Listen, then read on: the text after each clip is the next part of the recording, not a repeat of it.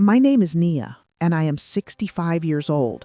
I never imagined that at my age, instead of enjoying my retirement and my garden, I'd be hiding in a cramped laundry room behind a pile of dirty sheets, trying to keep my breathing quiet. But you do crazy things when your family is on the line, especially when that family is your 4-year-old nephew, and the person hurting him is the woman who swore to protect him. This is where the story truly begins. Before we dive in, what time is it where you are? Which country are you watching from? Leave a comment and let me know. And please hit that like button and subscribe to become part of the Family Fractures community for more inspiring stories. Let me back up a bit. 3 years ago, my younger brother Malik married Chidinma. Malik is the baby of our family, a successful architect here in Atlanta, and he has a heart of gold. Chidinma, or Chi as she liked to be called, was stunning. She was Nigerian, like our roots, educated, and 20 years younger than Malik. Everyone at the wedding said they were the perfect power couple, except me. I tried to be happy for them, I really did, but something about Chi's smile never reached her eyes. It was like a switch she flipped on whenever a camera was pointed her way. As soon as the camera was gone, her face would go flat, almost cold. I told Malik he was rushing things, that he didn't really know her, but he just laughed and said, "Auntie Nia, you're just being an overprotective big sister." Maybe I was. I wish I had been wrong. For the first year, everything seemed okay. They had a beautiful son, Leo. Malik was glowing. We had family cookouts, and Chi played the part of the doting mother perfectly. But then, about 6 months ago, the vibe shifted. It started with excuses. I'd call to FaceTime Leo, and Chi would say he was napping, or he was cranky, or they were out. When I did see Leo, the spark was gone from his eyes. My nephew used to be a little ball of energy, running around and laughing loud enough to shake the walls. Now he was quiet. He flinched when people moved too fast. He stopped making eye contact. Malik told me I was imagining things. "He's just growing up, Nia," he'd say, looking tired himself. Chi says he's going through a shy phase. But a shy phase doesn't explain why a child trembles when his mother walks into the room. The breaking point happened last Tuesday. I stopped by their house unannounced to drop off some leftovers from a church dinner. Malik was at work. Chi's car was in the driveway. I knocked, but no answer. I have a spare key for emergencies, so I let myself in. The house was dead silent, too silent. "Chi? Leo?" I called out. No answer.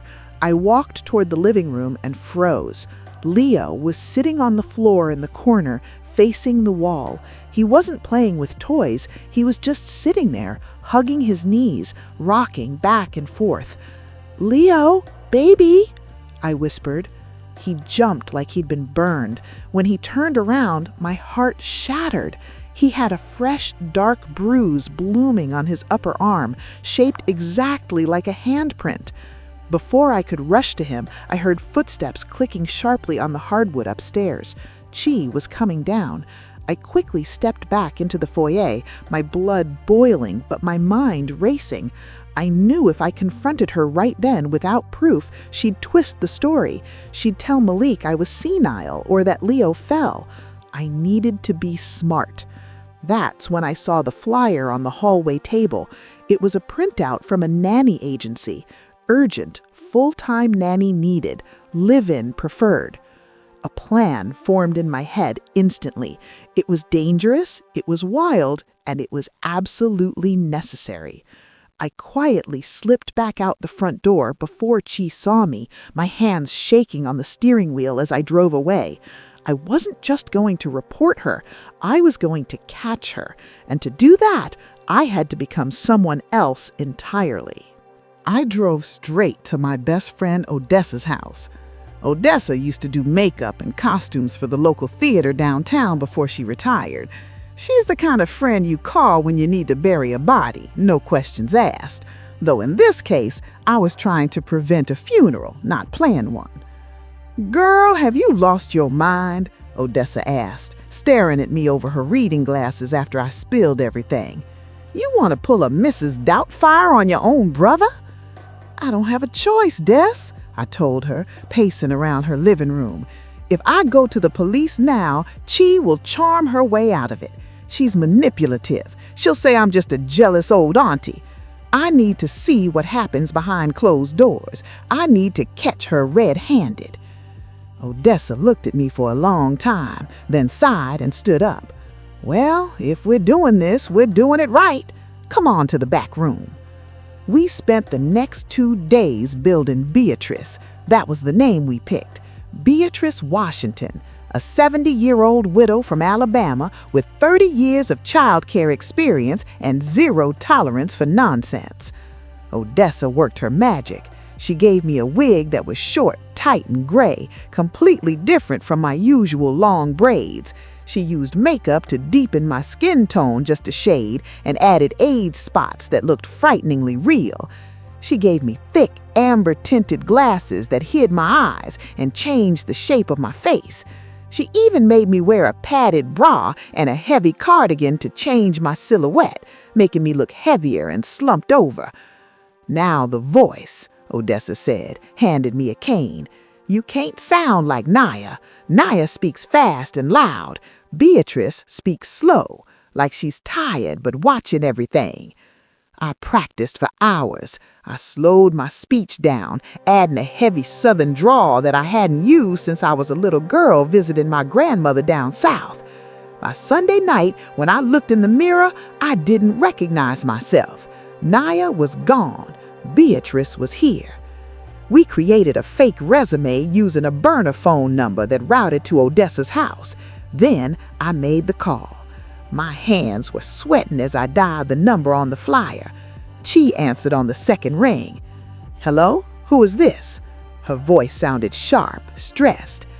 "Good afternoon, ma'am," I said, slipping into Beatrice's raspy voice. "My name is Mrs. Washington. I'm calling about the nanny position." "How old are you?"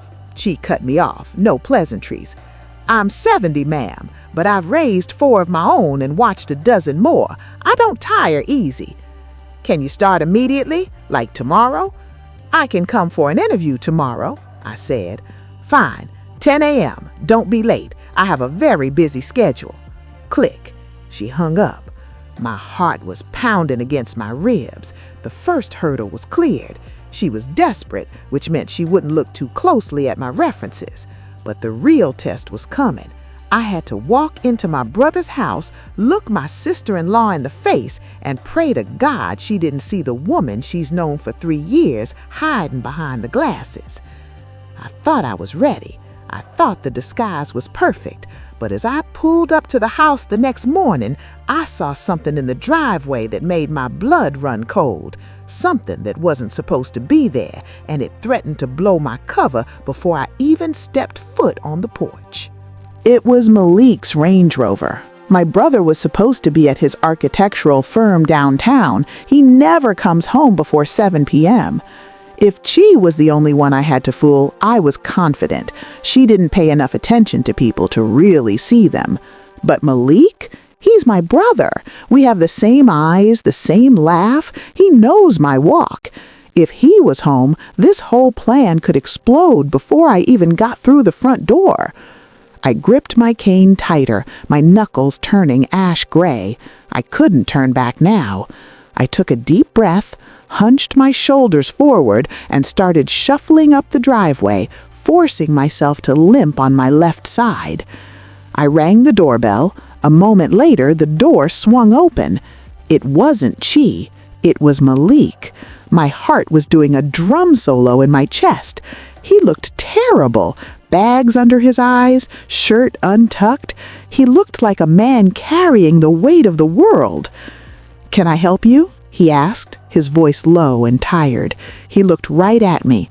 I held my breath, waiting for the recognition, waiting for him to say, "Naya?" "Good morning, sir," I rasped, leaning heavily on the cane. "I'm Mrs. Washington. I'm here for the nanny interview." He blinked. There was zero recognition in his eyes, just exhaustion. "Oh, right. Chi mentioned someone was coming. Come in." I stepped inside. The house was freezing. Chi always kept the AC blasting like we were in the Arctic. Malik led me to the living room where Chi was sitting on the white couch, scrolling on her phone. She didn't even look up when I walked in. "This is Mrs. Washington," Malik said softly. Chi finally glanced up, looking me up and down with a sneer. I could tell she was judging my old cardigan and my thick support shoes. Good, let her underestimate me. "You're late," she lied. "I was 5 minutes early." "Apologies, ma'am," I mumbled, keeping my head down. "Traffic on the 85 was a mess." "Whatever," she waved a hand dismissively. "Here's the deal. I need someone who can handle a difficult child. Leo is challenging. He throws tantrums, he lies, and he breaks things. I need someone who can be firm. Are you firm, Mrs. Washington?" It took every ounce of Jesus in me not to slap her. She was talking about my sweet, gentle nephew like he was a criminal. "I know how to handle children, ma'am," I said evenly. "I believe in discipline, but I believe in patience too." "We don't need patience," she snapped. "We need order. Malik, tell her." I looked at my brother. He wouldn't meet my eyes. He looked at the floor. "Just please take care of him," Malik whispered. Suddenly, I saw a small movement behind the curtains near the patio door. A little face peeked out. Leo. He looked terrified. He was wearing long sleeves, even though it was summer. When he saw me, this strange old lady in a gray wig, he didn't run. He just watched, his eyes wide and wary. "Come here, Leo," Chi barked. The boy flinched. He walked over slowly, his head hanging low. "This is the new nanny," Chi said, not even looking at him. "Don't give her trouble or you know what happens." The threat hung in the air, heavy and toxic. Leo nodded quickly, not saying a word. "You're hired," Chi said, standing up abruptly. "I have a brunch to get to. Your room is the guest suite downstairs, $15 an hour. You start now." She grabbed her keys and breezed past Malik without even saying goodbye. Malik let out a long sigh, gave me a weak smile, and went back to his home office, shutting the door. I was in. I had the job. But as I watched my nephew standing there shivering in the middle of his own living room, I realized the situation was far worse than I thought.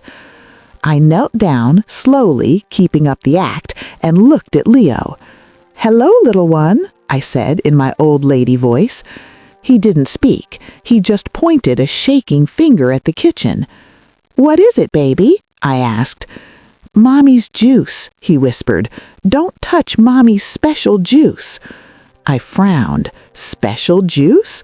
I walked into the kitchen. The counter was spotless, except for a blender and a large thermos that Chi had left behind in her rush. I opened the lid and sniffed. It smelled like kale and ginger, normal green smoothie stuff. But then I saw it. Sitting next to the blender, tucked behind the knife block, was a small, empty glass vial with no label, just a tiny residue of clear liquid at the bottom. I dipped my pinky finger into the residue and touched it to my tongue. It was bitter, chemical, and within 10 seconds, my tongue started to go numb. Chi wasn't just hitting him, she was doing something much more sinister, and I had just walked right into the middle of it. But what I found in the trash can 10 minutes later changed everything I thought I knew about my brother's marriage. I rinsed my mouth out in the sink, spitting until the bitter taste was gone, but the numbness lingered on the tip of my tongue. My heart was racing. If a tiny drop did that to me, a grown woman, what was it doing to a 4-year-old boy? I dug deeper into the trash can, pushing past coffee grounds and paper towels. At the very bottom, I found it. A crumpled cardboard box, small and white. The label was in a language I didn't recognize, maybe Russian or Eastern European, but there was a chemical name printed in English, Finibut. I slipped the box into my apron pocket just as I heard Leo whimper from the living room. I walked back out, channeling Beatrice's slow shuffle. Leo was still sitting on the floor, staring at the turned-off TV. His eyes looked glassy, unfocused. "Leo, baby," I said, keeping my voice low and soothing. "You hungry? I can make you a grilled cheese." He looked at me, and for a second the fog in his eyes cleared. "I'm not allowed," he whispered. "Mommy says food makes me bad." My stomach turned. "Food makes you strong, child, not bad. You let Mrs. Washington worry about Mommy." I went to the kitchen and whipped up a sandwich, cutting it into triangles just the way I knew he liked it. When I set it down in front of him, he ate like he hadn't seen food in days. He was starving. Just as he finished the last bite, the front door unlocked. Malik was home early for lunch? No, it was Chi. She wasn't supposed to be back until 6 p.m. "Mrs. Washington," she yelled from the foyer. "Where is he?" Leo froze. His little body went rigid, and he scrambled behind the sofa to hide. Chi stormed into the living room. She looked impeccable in her designer suit, but her face was twisted in anger. "Did you feed him?" she demanded, spotting the crumbs on the plate. "He was hungry, ma'am. A growing boy needs—" "You told me he has dietary restrictions," she snapped, getting right in my face. "He gets hyperactive with carbs. Now he's going to be impossible tonight. You are on thin ice, old lady." She marched over to the sofa and dragged Leo out by his arm. He didn't scream, he just went limp like a rag doll. It broke my heart. She hauled him toward the stairs. "Time for your nap, and you don't dare come out until I say so."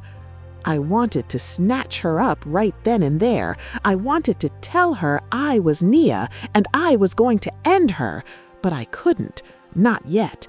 I needed to know why she was drugging him. The rest of the afternoon was quiet, too quiet. Malik came home around 7, looking even more exhausted than before. He went straight upstairs to check on Leo, then came down to the kitchen where I was pretending to clean the stove. "He's asleep," Malik said, rubbing his face. "Chi says he had a meltdown today, attacked her." "Attacked her?" I asked, keeping my back to him so he wouldn't see the rage in my eyes. "He seemed like a sweet angel to me, sir." "She says he's getting violent," Malik sighed, pouring himself a drink. "She thinks we need to send him to a residential facility, a boarding school for troubled kids in Switzerland." My blood ran cold. Switzerland! That's why she was doing this. She was drugging him to make him act out, creating a paper trail of bad behavior so she could ship him off halfway across the world. But why? "Mrs. Washington," Malik said, his voice cracking, "I don't know what to do. I feel like I'm losing my son." "You listen to your gut, sir. Sometimes the people closest to us aren't who they say they are." He looked at me, confused, but before he could ask what I meant, Chi called him from upstairs. He trudged away, leaving me alone in the kitchen. I knew I had to act fast. Switzerland meant he would be gone forever. I finished cleaning and went to my room in the basement, but I didn't sleep. I waited. Around 2 a.m., I heard it. Footsteps upstairs. Not the heavy thud of Malik, but the light, quick clicking of Chi. She was moving around in the living room. I crept up the stairs, my socks silent on the wood. I cracked the door open just a sliver. Chi was sitting on the floor with a laptop, papers spread all over the place. She was on the phone, speaking in a hushed whisper. "It's done. Malik is breaking. He agreed to sign the papers for the school next week. Once the brat is gone, the trust fund unlocks. Yeah, No, he has no idea. The brother is clueless." She laughed, a cruel, low sound. "And don't worry about the old nanny. She's senile. She won't see a thing." I backed away slowly, my heart pounding so hard I thought she'd hear it. She was after the money. Leo had a trust fund left by our grandfather that Malik didn't touch, set to release if Leo needed specialized care or when he turned 21. She was framing my nephew to cash out. I had the motive, I had the vial, but what I saw on her laptop screen before I slipped back downstairs was the most terrifying part of all. A search history that showed her plans didn't stop with shipping Leo away. I sat on the edge of my twin bed in the basement, my hands trembling so hard I couldn't even unclasp my bra. The image of that search history was burned into my retinas. She wasn't just looking for boarding schools in Switzerland. Her recent searches included symptoms of slow arsenic poisoning, life insurance payout timelines, and how to become sole executor of a spouse's estate. My stomach dropped to the floor. This wasn't just about getting rid of Leo to unlock a trust fund. She was planning to kill my brother. She was going to wipe out the whole male line of the family, exile the son, bury the father, and walk away with millions as the grieving widow. I didn't sleep a wink that night. Every creak of the house sounded like a death knell. But when the sun came up, I knew I had to be Beatrice. I had to be invisible. I shuffled into the kitchen at 6:30 a.m. Malik was already at the table, staring blankly at his laptop. He looked gray. His skin, usually a rich, deep brown, looked ashy and clammy. His hands shook as he reached for his mug. "Morning, Mrs. Washington," he mumbled, his speech slightly slurred.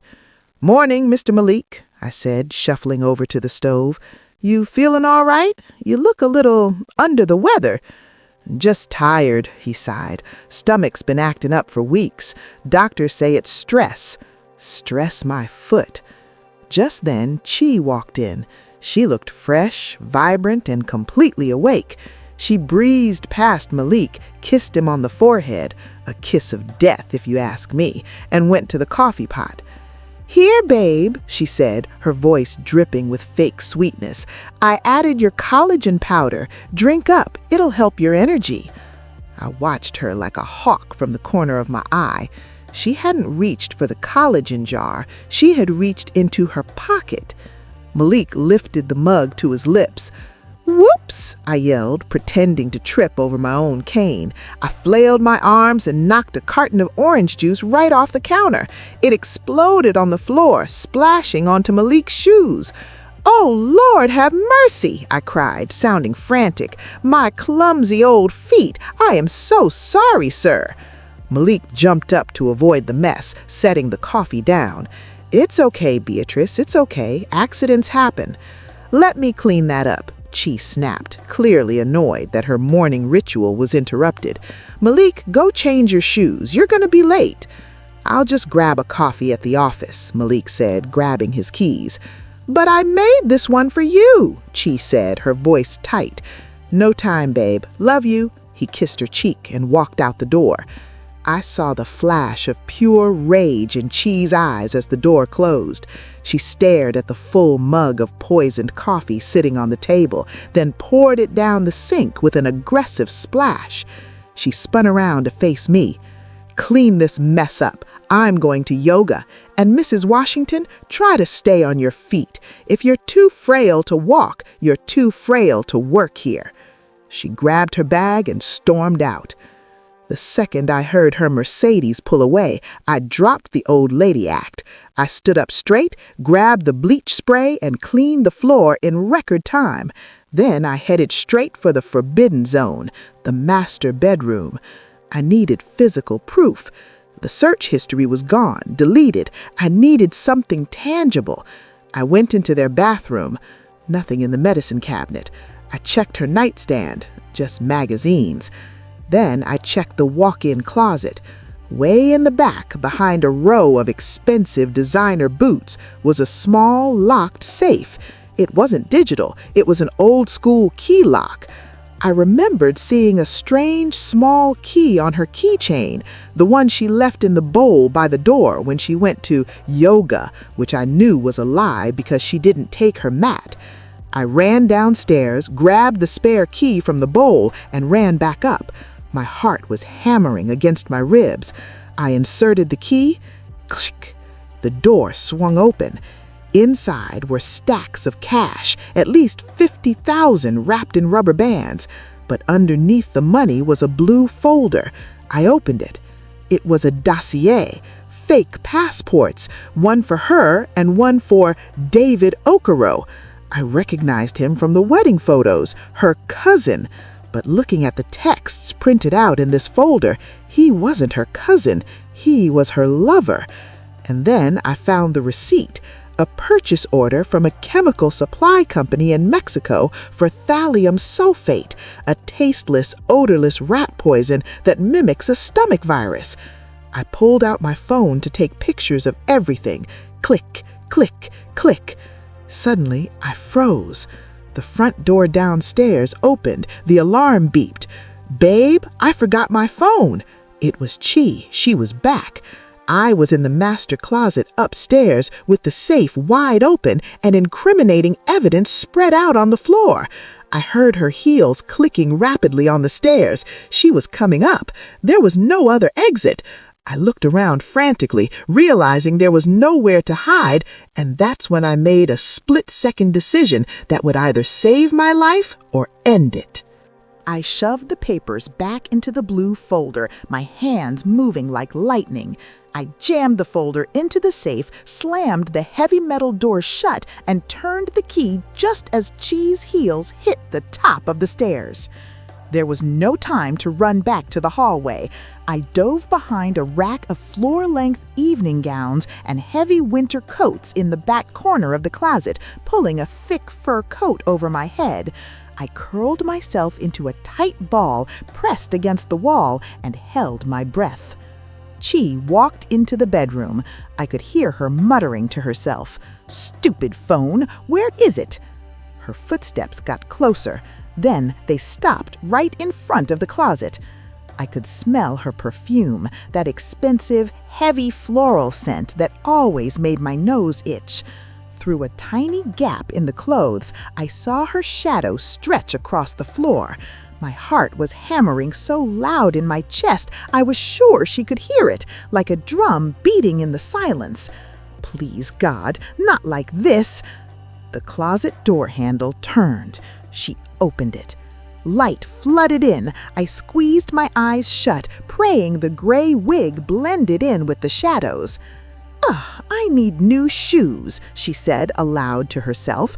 She wasn't looking for me. She was looking at her shoe collection. She grabbed a pair of red bottoms from the shelf, then snatched her phone off the dresser. "David, I'm coming," she said into the phone, her voice dropping to a husky whisper. "Yeah, he's clueless. I'll be there in 20. She spun around and walked out.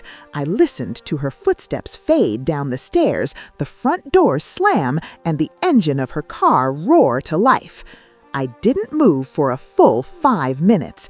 When I finally crawled out from behind the coats, my legs were like jelly, but I had the photos on my phone. I had the proof. But proof wouldn't save Malik if he drank that collagen tomorrow morning. I went straight to the kitchen. I found the jar of collagen peptide powder on the counter. It looked innocent enough, white and powdery. I took a Ziploc bag from my purse and scooped out a few tablespoons of the powder to have it tested later. Then I took the entire jar and dumped the rest of the contents down the garbage disposal, running the water until it was all gone. I replaced it with a generic protein powder I had bought for myself, which looked exactly the same. "Drink up, brother," I whispered, putting the jar back. "No more poison for you." That evening, the atmosphere in the house shifted. Malik came home early again, but this time he wasn't just tired, he was stumbling. "Mrs. Washington," he called out from the hallway. His voice sounded like he had a mouthful of cotton. I ran to him. He was leaning against the wall, clutching his stomach. His skin was gray, and he was sweating buckets. I don't feel right," he gasped. "Sit down, Mr. Malik," I said, guiding him to the living room chair. "I'm getting you water." "No water," he groaned. "She gave me a booster shot before she left. Vitamin drip. I feel burning." My blood froze. A shot. She wasn't just poisoning his coffee anymore. She was injecting him directly. My swap of the powder didn't matter if she was bypassing his stomach entirely. I was trying to figure out how to get him to a hospital without blowing my cover when the front door opened. She was back, and she wasn't alone. A tall man walked in behind her. David, the aunt cousin, the lover. "Oh, look at him," Chi said, her voice completely devoid of empathy. She didn't look worried, she looked annoyed. "He's having another episode. David, help me get him upstairs. We might need to up the dosage of his calming meds."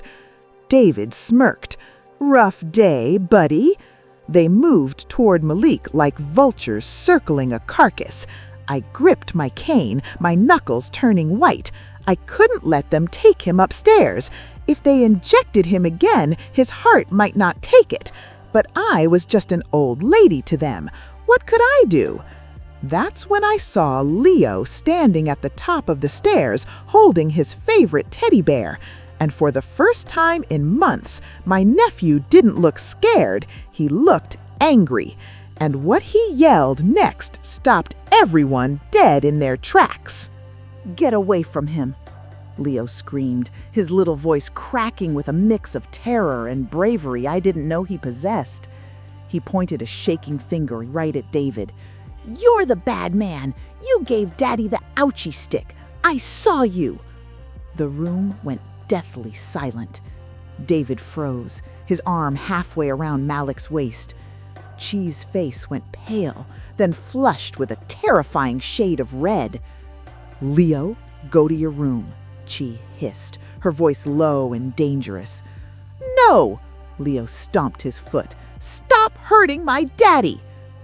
Malik, groggy and stumbling, tried to lift his head. "Leo? What did you say?" "Ignore him, babe," Chi said quickly, shooting a look at David. "He's having one of his episodes. David, get Malik upstairs, now." David tightened his grip on my brother. "Come on, buddy, let's get you to bed."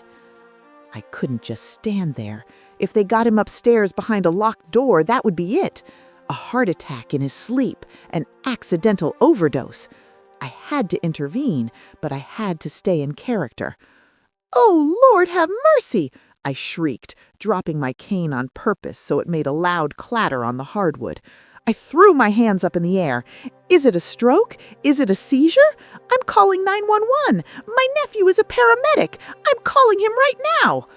I fumbled for my phone, making a show of pressing buttons with trembling hands. "No!" Chi lunged at me, snatching the phone out of my hand.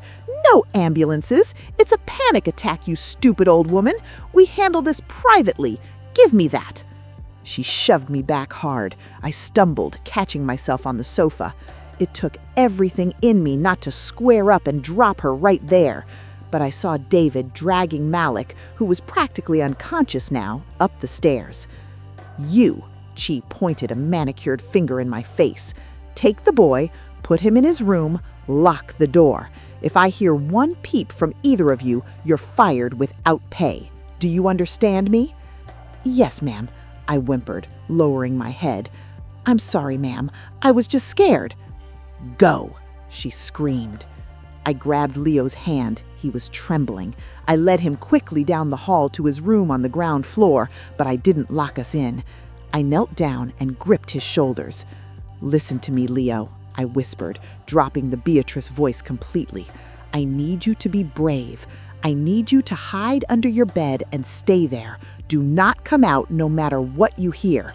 Can you do that for Auntie? For Beatrice? He looked at me, confusion in his wet eyes, but he nodded. Is Daddy going to die? Not on my watch, I promised.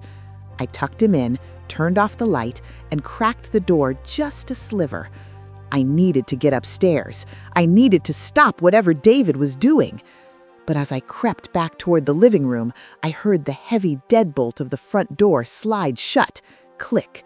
Then the back door, click.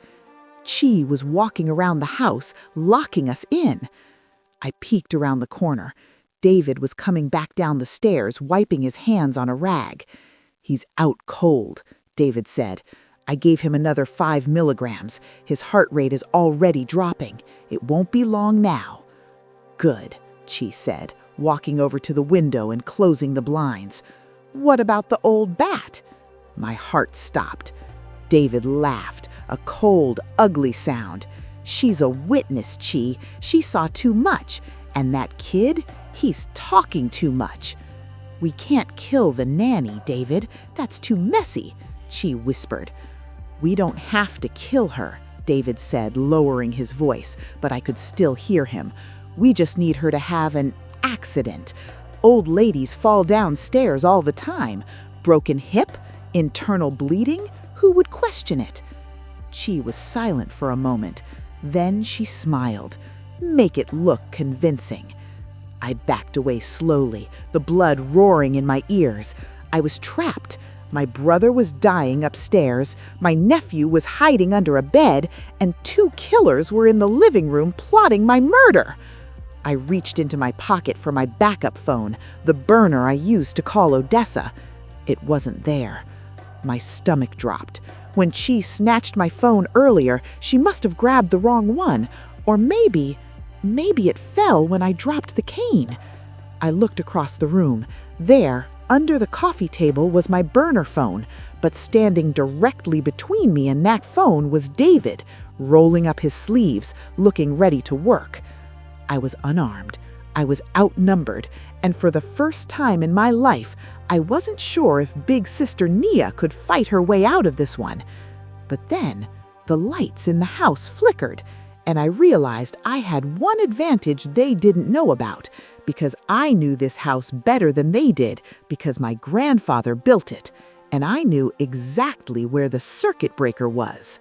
I didn't panic. Panic is for people who don't have a plan, and I had the best plan of all: home field advantage. This house wasn't just a building to me. My grandfather built the frame. My father laid the floors. I knew every creak, every corner, and every secret.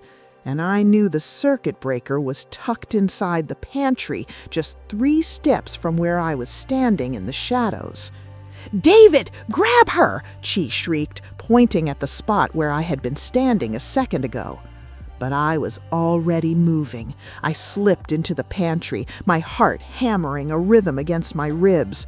I felt for the cold metal of the breaker box panel. I didn't hesitate. I grabbed the main lever and yanked it down hard. Clunk! The house plunged into total, suffocating darkness. "What the hell?" David yelled. I heard him stumble into the coffee table. "Chi, where's your phone? I can't see a thing."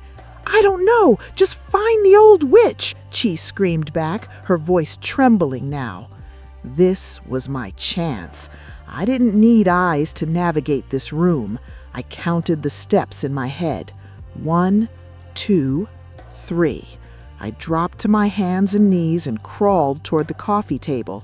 My hand swept across the floor until my fingers brushed against the cold plastic of my burner phone. Got it. I gripped it tight, ready to dial 911, but suddenly a blinding beam of light cut through the dark. David had pulled out a tactical flashlight. The beam swung wildly around the room until it landed right on me. I was crouched on the floor, phone in hand, looking up into the blinding light. "Found you," David growled. He sounded close, too close. "You think you're clever, Grandma? You just made a big mistake." He lunged at me. He was fast, young, and strong. He expected a frail, terrified old woman who would cower and beg. But he didn't know he was fighting a woman who grew up with 3 brothers in this very neighborhood. As he reached for my throat, I didn't back away. I swung the heavy wooden cane I'd been using as a prop with every ounce of strength I had. I aimed low. Crack! The cane connected solidly with his shin bone. The sound was sickeningly loud. "Arg!" David howled, crumbling to the floor and dropping the flashlight. He clutched his leg, rolling in agony. "My leg! She broke my leg!" I didn't stick around to apologize. I scrambled to my feet. No more shuffling, no more stoop. I was running now. "Get her, Chi! She's getting away!" David screamed from the floor. I sprinted for the stairs. I could hear Chi fumbling in the dark, cursing, but she was hesitant. She was scared of the dark. I wasn't. I flew up the steps, taking them 2 at a time, and burst into the master bedroom. I locked the door behind me and jammed a chair under the handle. I turned on my phone flashlight and ran to the bed. Malik was lying there, his skin cold and clammy, his breathing shallow and rattling in his chest. "Malik! Malik, wake up!" I slapped his cheek gently. His eyes fluttered, rolling back in his head. "Nia, is that you?" he whispered, barely a breath. Nia, is that you?" "It's me, baby brother. I'm here," I choked out, tears stinging my eyes. "I've got you." I dialed 911 with shaking hands. "Emergency. I need police and an ambulance at 4502 Oak Street immediately. Attempted murder. My brother has been poisoned. The perpetrators are in the house." "They're on their way, ma'am. Are you safe?" "I'm locked in the bedroom, but the—" Smash! The glass of the balcony door shattered inward. I spun around, dropping the phone. Chi was standing there on the balcony, backlit by the moonlight. She held a heavy garden stone in one hand and something else in the other, something that made my blood turn to ice. She wasn't alone. She was dragging Leo by the collar of his pajamas. He was crying, his little feet dangling off the ground. "Open the bedroom door," Chi commanded, her voice calm and terrifyingly cold. She held Leo over the edge of the balcony railing. It was a 20-foot drop to the concrete patio below. "Open the door and let David in, or I swear to God I will drop him." I froze. The sirens were faint in the distance, too far away to help. It was just me, a dying brother, and a monster holding my nephew's life in her hands. And the choice she forced me to make next was one no human being should ever have to face. The air in the room was thick, suffocating. The only sounds were the distant wail of sirens getting closer, the pounding of David's fist against the locked bedroom door behind me, and the terrified whimpers of my nephew dangling over the abyss. "I said open the door!" Chi screamed, her eyes wild, her hair whipping around her face in the wind. She adjusted her grip on Leo's collar. He slipped a few inches. He let out a sharp cry. "Do it, old woman! I'll drop him! I swear I'll do it!" I looked at the door, where David was shouting threats, then back at Chi. If I opened that door, David would kill us all. If I didn't, Chi would kill Leo. It was an impossible choice. But Chi made one fatal miscalculation. She thought she was negotiating with Beatrice Washington, a scared 70-year-old nanny. She didn't know who was really standing in front of her. I took a step toward the balcony, crunching on the shattered glass. "Stay back!" Chi shrieked. "One more step and he flies!" I stopped. I stood up to my full height. I straightened my spine, and then, with a slow, deliberate motion, I reached up and ripped the gray wig off my head. Next, I pulled off the thick glasses and threw them onto the floor. Chi blinked. Her mouth fell open. For a second, the crazy rage in her eyes was replaced by pure confusion. What? "You're not dealing with Mrs. Washington anymore, Chi," I said, my voice strong, deep, and sounding exactly like myself. "You're dealing with Nia, and you are holding my blood." "Nia?" she whispered, her face draining of color. The shock was paralyzed her for a split second. You were the nanny?" "That's right." I stepped closer, my eyes locked on hers. "I saw everything. The poison, the fake passport, the plan to kill Malik. And guess what? The police have the photos. I sent them before I came in here. Even if you drop him, you lose. You go to jail for life, and you don't get a dime of that trust fund." It was a gamble. I hadn't actually sent the photos yet. The signal was terrible in the panic room, but she didn't know that. Chi's eyes darted around. Panic was setting in. "You're lying," she spat, but her grip on Leo loosened just a fraction. "Check your phone," I bluffed. "The cops are already on the property. Listen to the sirens, Chi. It's over." The sirens were loud now, right outside the driveway. Blue and red lights flashed against the bedroom walls. Chi looked down at the lights, distracted. That was my moment. "Leo, drop!" I yelled. My nephew, smart boy that he is, didn't ask questions. He went limp, becoming dead weight. Surprised, Chi stumbled forward, fighting to keep her balance as 40 pounds of boy dragged her toward the railing. I lunged.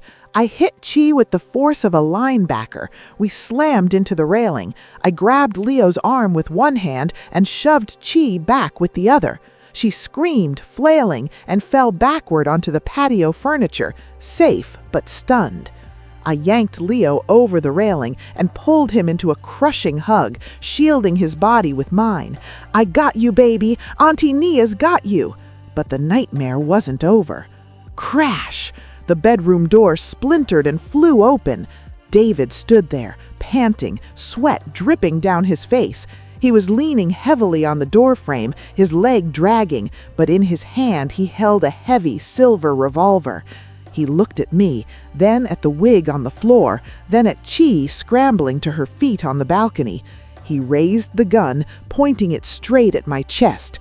"You ruined everything," he rasped, his eyes dead and cold.